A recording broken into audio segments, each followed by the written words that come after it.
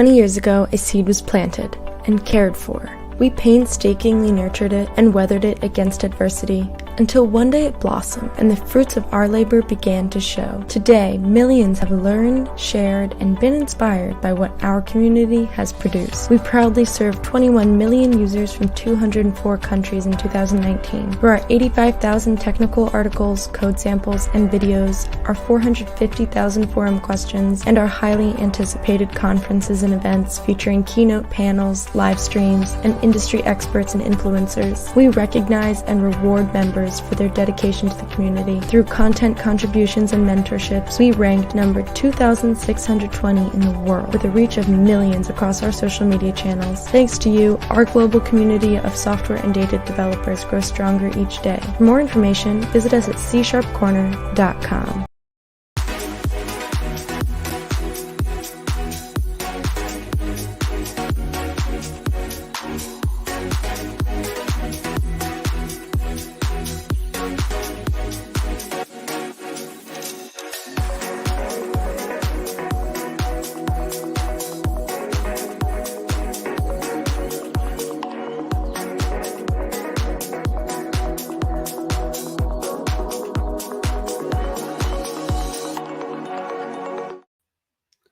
Good morning and welcome to another episode of Growth Mindset Show. My name is Mahesh Chand, the founder of C Sharp Corner.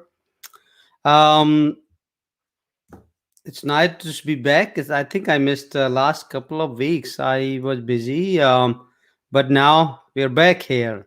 A few things we are actually going to change in this show. If you are, joining us first time, welcome to the show. And here what we do is we really talk about different topics and you can ask any questions. It could be any questions, right? It's all about you. Today is a little different. Today we are going to more focus on a topic which I have not prepared. It's a blockchain, cryptocurrencies, Bitcoin, or anything around those topics. That's the topic. But it doesn't mean you cannot ask any other questions. You can ask any questions you have on your mind.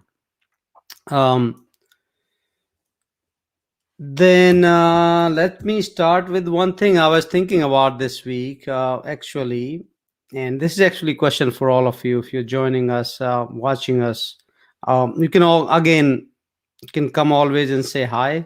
Put your name there, where you're joining me from, so then I can get you involved in the discussions. If you want to come behind the scene in the end also, you're happy to get you in the studio. But so it's winter, I think here start coming already. It's cold day today. Today is I would say 60 degrees. At night it's cold, and it start getting darker now, in the winter time. And other day I was looking around and I was surprised to see how many clocks we have in our homes. Clocks, yes, times, showing us times, clocks. And I'm not saying big wall clock. I'm talking about the clock in devices, right? So we have clocks in all of our computers, in our phone, in our refrigerator, in the washing machine, on the oven, and the TV, in the VCR, DVDs. Almost every device, even toasters, some toasters have the time, right? The time showing you what time it is. So my question to you is, how many clocks you have in your home? Includes your computers, okay? Your computers, your watch, your phone, your home appliances, car, even car has time, right? How many machines or these devices you have? Give me your count. Give me your count, and the one who has the most count may win something, or least count may win something today. So yeah, go quickly do count in your head and see how many you got. And this is interesting, and I want to put some emphasize on this topic, like why do we have these so many clocks? Why everything has to come up with a clock? Why every machine, either say your laptop or your phone or your watch, obviously watch has to have time because that's the purpose of watch. Why my toaster has to be have a clock, right? Why my TV has to have a clock? Anybody answer? Can you answer me? Maybe see who comes up with a good question and good answer here. I mean, I came up with a great question. Let's see what the answer is. Why do you think? Why you do think all these home appliances, devices come up with have these clocks showing you time all the time? Think about it for a second. Yeah, and let's talk about some cryptocurrencies, Bitcoin, blockchain. Today's topic different. Is one other thing we did is Simon. I was talking to Simon, and I think we are going to reduce the time of show to maybe just half an hour, not the full hour, uh, because today, oh, no live. Somebody says this Twitter is not live streaming today. Simon, what's going on there? That's not right. We need to have live on Twitter definitely. So today's question is, everybody watching, like, how many clocks do you have in your home? And why do you think all these devices, all the hardware appliances, they have clock? What's the purpose of it? And then I'll spend more time on that. So how many of you also, I want to know about, like, how many of you are familiar with cryptocurrencies, Bitcoin, blockchain, any other ones? How many of you are trading or have bought, sold, or owned? I want to kind of learn more about that from you. So that'll help me also start my discussion as well. You can say yes, no, simple answers. It doesn't have to be detailed answers. I want to know how many coins you have in your account. But one thing I'm noticing now, more and more people I talk to, more in companies I talk to, the trend of growth of cryptocurrencies, at least in the US, is growing. And you can say the pandemic has helped a lot. Even you will talk to before, pre-pandemic, you will talk to somebody who's just in, not a technical person, who's not into, latest technologies. They may not know what the blockchain was, what the cryptocurrency was, what Bitcoin was. But now, I was talking to my neighbor the other day, and his son-in-law, he works in construction. He has nothing to do with the technology, nothing to do with Bitcoin, all that, but he owns Dogecoin. He owns Shiba, whatever those coins are, the cheaper ones. And I was like, why did you buy? Do you even know what the purpose of these coins? Like, well, no, it was so cheap. I got millions of those coins, and maybe one day it will become millions. So, I mean, thanks to, I think a lot of things was done during pandemic, is that a lot of people were they had a lot of time on their hand, right? And then Robinhood happened, and then because the app allow you to buy and sell and trade stocks and cryptocurrencies for free, and I think Dogecoin was there, and Elon Musk was talking, and so many other things happening. Out of sudden, everybody has Dogecoin or one of those coins. So all right, so Rohit says he has some tracks. At least he has some tracks only. I mean, only is enough. um, so that's another thing. Yeah, these days Indian reality shows are sponsored by crypto wallets. That's the trend I'm seeing a lot in the US. Is I was watching football other day, and I see cryptocurrency ads now. I'm on the radio listening in my car, and now people are talking about Bitcoin, blockchain, cryptocurrency there. um there was a big news came out last week that one of the top quarterback in NFL now says he wants to get paid in crypto. And then there was an ad for FTX exchange. So all these things combined gives, you can tell that there's a more talk on cryptocurrencies here in the US, at least. I'm sure in other countries as well. And when average public or average people start talking about some things, then you know that this is now becoming a mainstream. It was not there 2 years ago or a year, before pandemic. People would ignore it, like, I don't know what that is. There's more and more people are talking about this. I see some of my friends. I went to my friend's house last week, and by his chair, he's running a bunch of machines and mining Bitcoin and other cryptocurrencies right there. Um, so point I'm making is that this is becoming a mainstream now, and if you have not looked at it, you may want to think about that. As a matter of fact, some um, investment firms are even saying that your 5% to 10%, not a lot, portfolio should be invested in cryptocurrencies. So a lot of these things are happening. So I want to ask your view, or what your thoughts are on this. Are you involved in it? Are you interested in it, or you're learning it, or you don't know what this is all about? If you have any questions about that, we will take those questions today. And then we'll talk about a little bit about the Strax, what's happening with the Stratus, the blockchain company C Sharp Corner is working with, and what else is going on, because I want to talk about some things where this may benefit some developers. But before that, has anybody answered how many clocks they have in their home? So why would we have clocks in every machine? Here's my answer, right? All these machines, they value time. They keep track of time, and they all are based on time. So you look at the toaster, you say, okay, 2 minutes, set 2 minutes. Okay, my toast is done.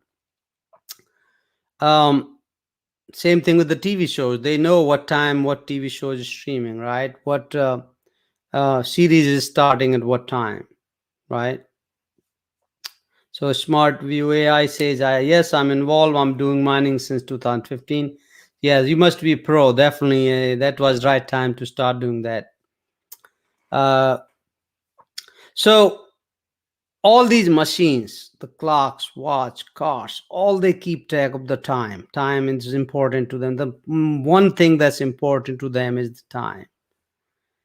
And that's where successful people also do. If you look at any successful people, they figure out how to manage their time the right way. Time is the only currency. Elon Musk said, time is the only real currency, or something he posted. I wrote an article on that, right? Time is something um, that is real currency, means you cannot really buy time, you cannot increase time, you cannot sell time, you can only spend time. It's given to you. So you're born, and however you're born, whoever God says, you know what, or whoever, you are going to have 24 hours in a day. And guess what? Everybody's going to have 24 hours in a day. No less, no more. It's up to you. It's up to individuals how they spend their time. So you already got so much time. Think of that. You got some money in your bank account for your life. And now it's up to you how you spend it. And depending on how you spend it, it will make you successful, not so successful, and maybe not successful at all. And that's where I want to, more and more you think about, more and more is like, how do you spend your time? So tell me, other day, how much time do you spend on social media? Do you ever look at that? Do you ever go back and say, how much time I spend on social media? Or how much time I spend today on certain things? How about, do you ever calculate, go to your bank account? I bet everybody check their bank account every day. How much money I have, how much I spend on what things. Oh, how much I'm going to have for next, month.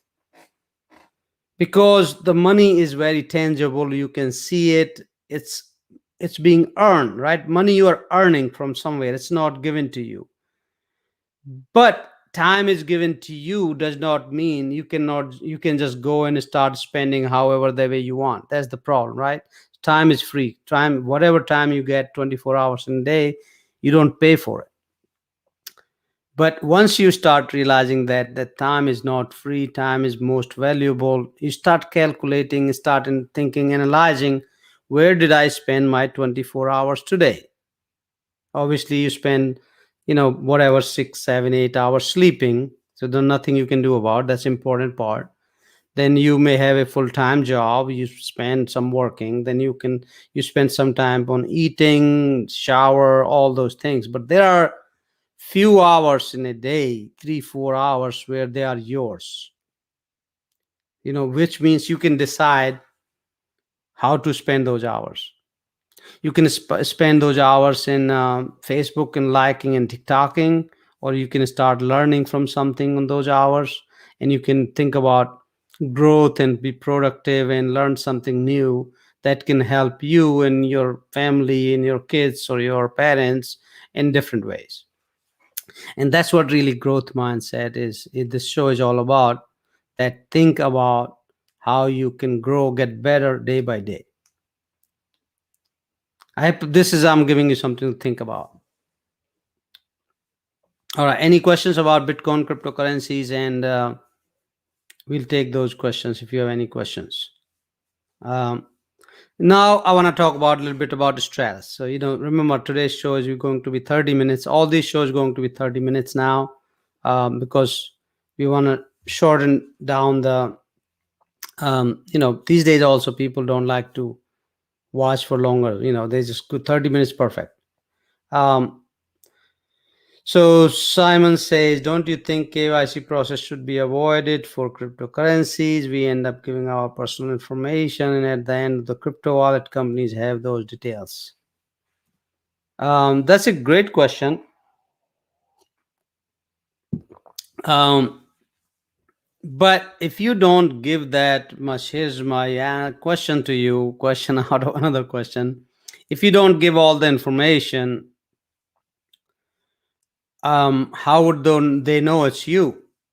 Because if you go to you want to open an account in bank today, in most cases you have to go in person, sign the papers, provide your photo. Sometimes if you are not going in person, you have to um, have to do notary or other services, right? But if you want to store your crypto on a third party company or something, you have to provide the details who you are. That's how they know. Otherwise, there'll be a lot of hacking, fraud, and lying and all that, right?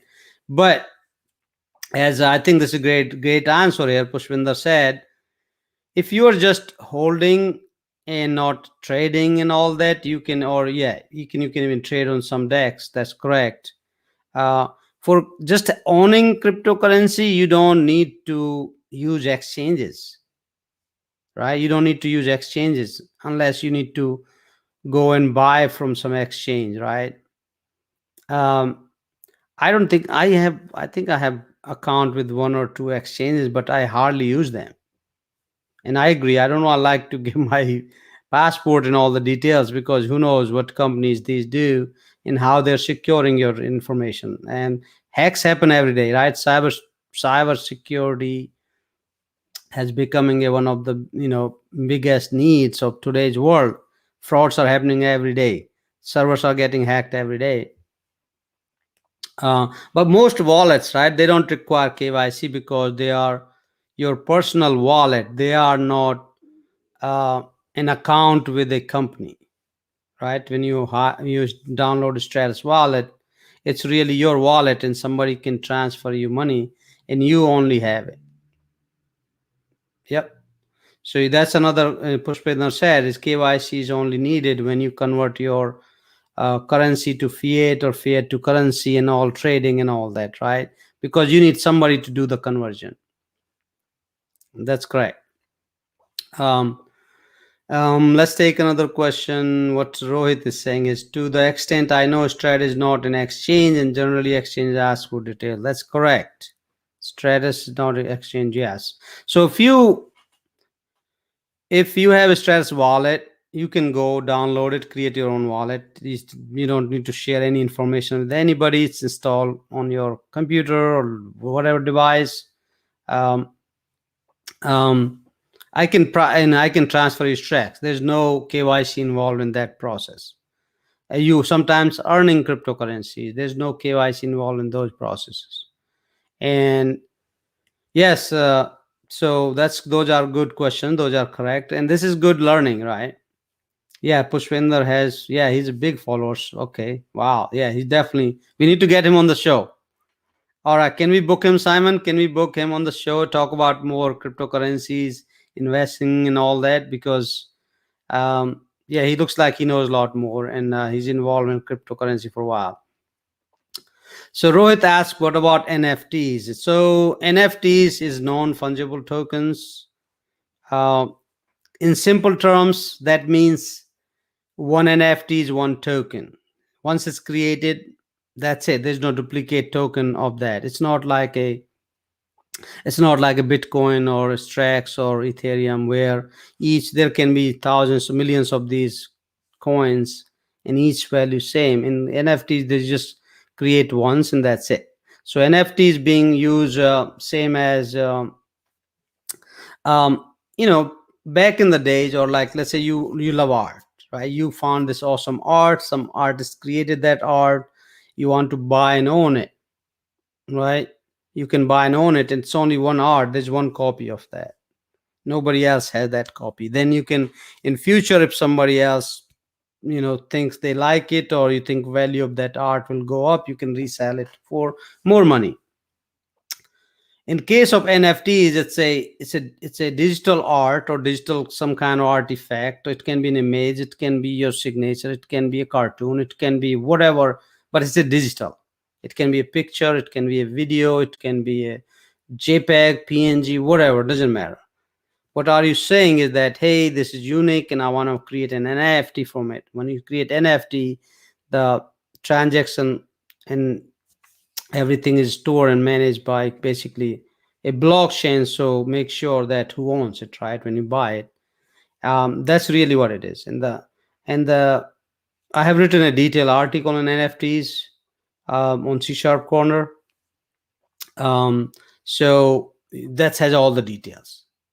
And give you an example of NFTs, right? We are discussing this idea, but NBA already has an application called NBA Top Shot. NBA Top Shot, what they do, they take player highlights and create NFTs for them, and anybody can buy those NFTs. So once they create, say, LeBron James highlight or dunk, I can buy that, then I own that. Nobody else can own that. That's how it works. And that's what really NFT is growing. Yeah, so I think we definitely is it same as Bitcoins? No, NFT is a one use case of cryptocurrencies. It's not same as Bitcoin. Bitcoin is a currency.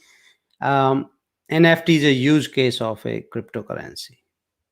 That's what it is. And if you want to learn really, I have written a detailed article on this, what is NFT, on C Sharp one. I mean, title sounds wrong, but because most people search in Google what is NFT, that's why we wrote that. Yeah, that's good, Pushpinder. You are correct. There's an article on NFTs on C Sharp Corner website. But we definitely need to get Pushpinder on the show because looks like he has influenced a lot of followers, and also we have bunch of things on deck. We probably end up working together with in this. I don't want to announce a lot of news right now, but there's a lot of things happening behind the scene related to cryptocurrencies, NFTs, and yeah, community and so on and so forth. Is it possible in any way to forge an NFT like people make copy of original art? Uh, well, NFT is a proof that somebody always owns that art, right? It's digital. But if there is a digital art, yeah, sure, people can copy it. I don't think anybody can stop copying. If you own an image and I have access to image, I can copy that. Or if you post that image on social media, I can make a copy of that. The only difference is that when it comes to ownership, the real owner who has NFT can then have a proof that, hey, you copied mine, this is mine, and I own it. Why? Because look, this is stored on this blockchain. That's, you kind of have that proof. So this perfect example, is um, say somebody draws, you have a, let's say you take a picture somewhere or you draw something and you create an NFT and I buy it. Now, I it's a proof on the blockchain says I own that, your art, but it doesn't mean you don't have a copy on your computer. You can have it, anybody can have it, but it's just showing the proof. At least that's what um, kind of gives you an idea why the blockchain being used, right? Simon says, what are some of the drawbacks of fiat currency that cryptocurrency helps in overcoming? That's a great question, and that's really what cryptocurrency lovers talk or always talk about, is that biggest problem with fiat is, and then you have to think about why Bitcoin was even started. That fiat or any currency of country's currency, for example, dollar or Indian rupee, they are all controlled by the government. And I'm not saying it's a bad thing or good thing. I'm not saying all that. So obviously it's good thing. It has to be done that way. They're controlled by the government. So what happens based on inflation, deflation, whatever, government can print as much as money they want. In some countries, the government has uh, polluted the market where their value of their money went really low, and it had no value. So the even in the US right now, we are printing trillions of dollars, whatever. So government controls the fiat. So if you look at the value of uh, Indian rupees, right? Indian rupees is every year what there's inflation of what, I don't know, 7 to 10%. I'm not economist, but I know value of Indian rupees is going down a lot every year. Used to buy, I remember buying a tea for a 1 rupee. Now if I went now in India, whenever I went last time, it was like 10 rupees, and kullad was even smaller. The cup was even one fourth of the size. So what does that mean? The value of rupee is going down. um, that's one thing. Other thing is, in case of say Bitcoin, right? Bitcoin numbers, it's always fixed. They are saying the Bitcoin is, it's not going to change, right? It's not even, they're saying it, that's what it is, that's what it is. So nobody can go and increase the numbers regardless of what the value is. Second part of cryptocurrency is it's owned by people. Anybody can go and own and buy. And so it's a, you obviously distributed, decentralized, right? Look at, for example, in case of Stratus, right? Stratus is owned by what, 122 master nodes and bunch of other owners and all, so on and so forth. So there's no one party making the decision what to do with the Stratus, how the value of the Stratus or cryptocurrency or Bitcoin, all that is decided by people and its use cases. Bitcoin was what, few years back, Bitcoin was few dollars, and we few years back before, Bitcoin was cents, right? The the famous story is that somebody paid $10,000 bitcoins for pizza, right? New York, back in the days. So more people believe in cryptocurrency, more people use in cryptocurrency, the value of it goes up. That's really the foundation. Is that other advantage of cryptocurrency is the transfer and payments, right? So if you want to pay somebody, fiat, whatever, it's sometimes you can pay cash, sure, but there's always third parties involved, there's banks involved, so you have to store your cryptocurrency somewhere, fiat somewhere in the bank. They will charge you. What banks do really right now, I'll tell you example, right? So bank have my savings bank, my savings money in the bank, right? They don't pay me an interest, maybe 0.25%, whatever. Then I say, oh bank, give me a loan on my home. Like, okay, sure, here's the loan, it's 4%. So they're giving me my money and making interest on that, right? Here's another example. If you pay bank every month your mortgage, your loan, whatever, If you delay that 1 month, they're going to give you penalty. But if something goes wrong with the bank's login or something, they do any mistakes, there is no charge, right? Bank can go increase interest rate whenever they want, right? So all those things are combined. It's just so much goes on that these banks, financial institutions, governments, they control the money, right?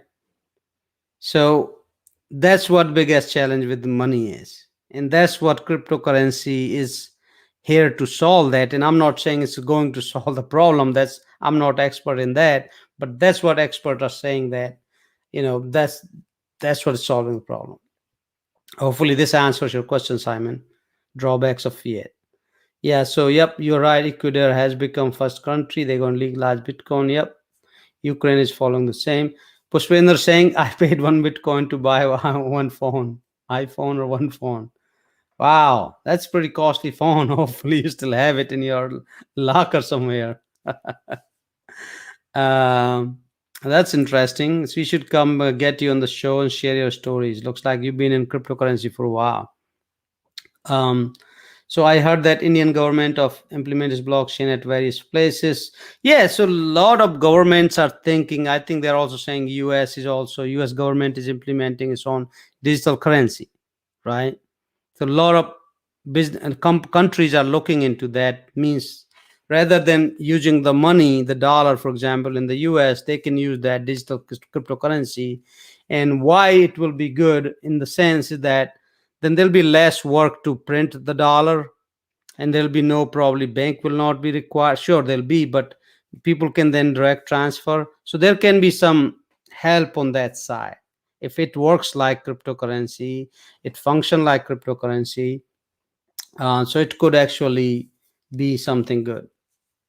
uh, Now CBSE board certificate will be available on blockchain. Yeah, so that's another good use of blockchain, is that anything where fraud happens, right?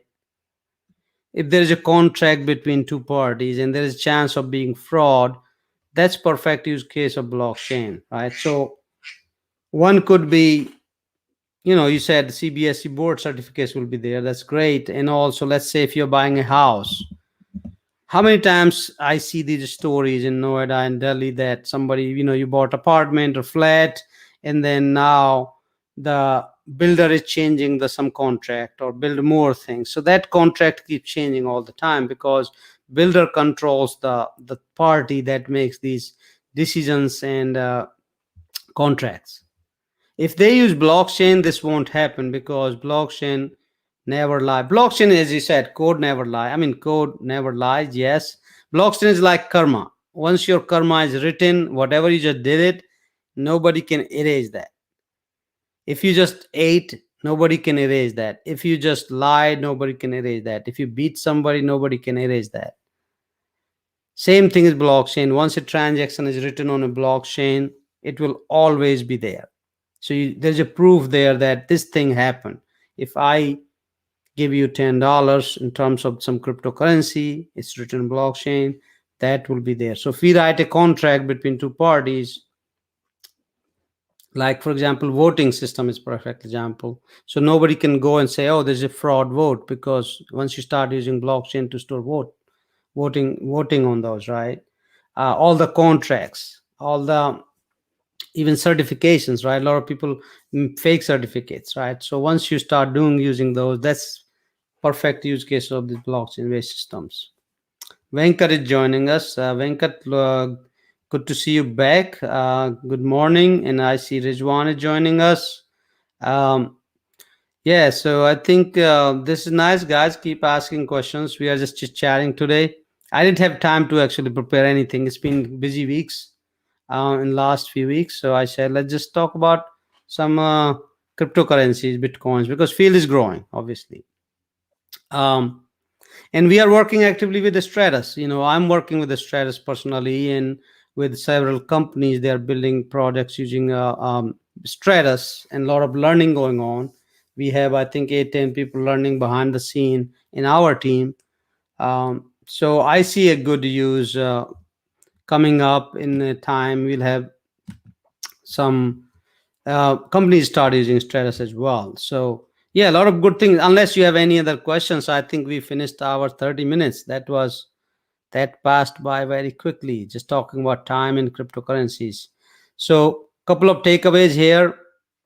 This is homework for your next week. If you want to join me next week, next Friday, come up with that. Tell me your exactly how many clocks you have in your home. That includes your watches, your laptops, your car, your appliances, TV. How many clocks you have? Do you ever care of the time, why they maintain the time? How do you also ever look at spend time analyzing how much time you spend in a day and where did you spend it? So that's kind of homework for everybody. um and then yeah, thank you everybody for joining. A lot of good questions, a lot of good discussions. Pushpin, if we would love to have you on the show. Maybe Simon can connect with you, and one week we can do just focused on cryptocurrencies and investing. I'm not expert in investing. I only know use cases of from, sure, I have some and all that, but Satya must be always on time. She has 8 clocks. Nice. I think I have 20, 30 of them. I'm going to count too. And then I'm going to bring my number of clocks in my home. And think of this, that this it's a proof, that it's a reminder that time is the most important asset we have in our lives. We need to start thinking about how we are spending our time. And everybody, thank you so much for joining me today. I will see you next Friday, same time. Thank you.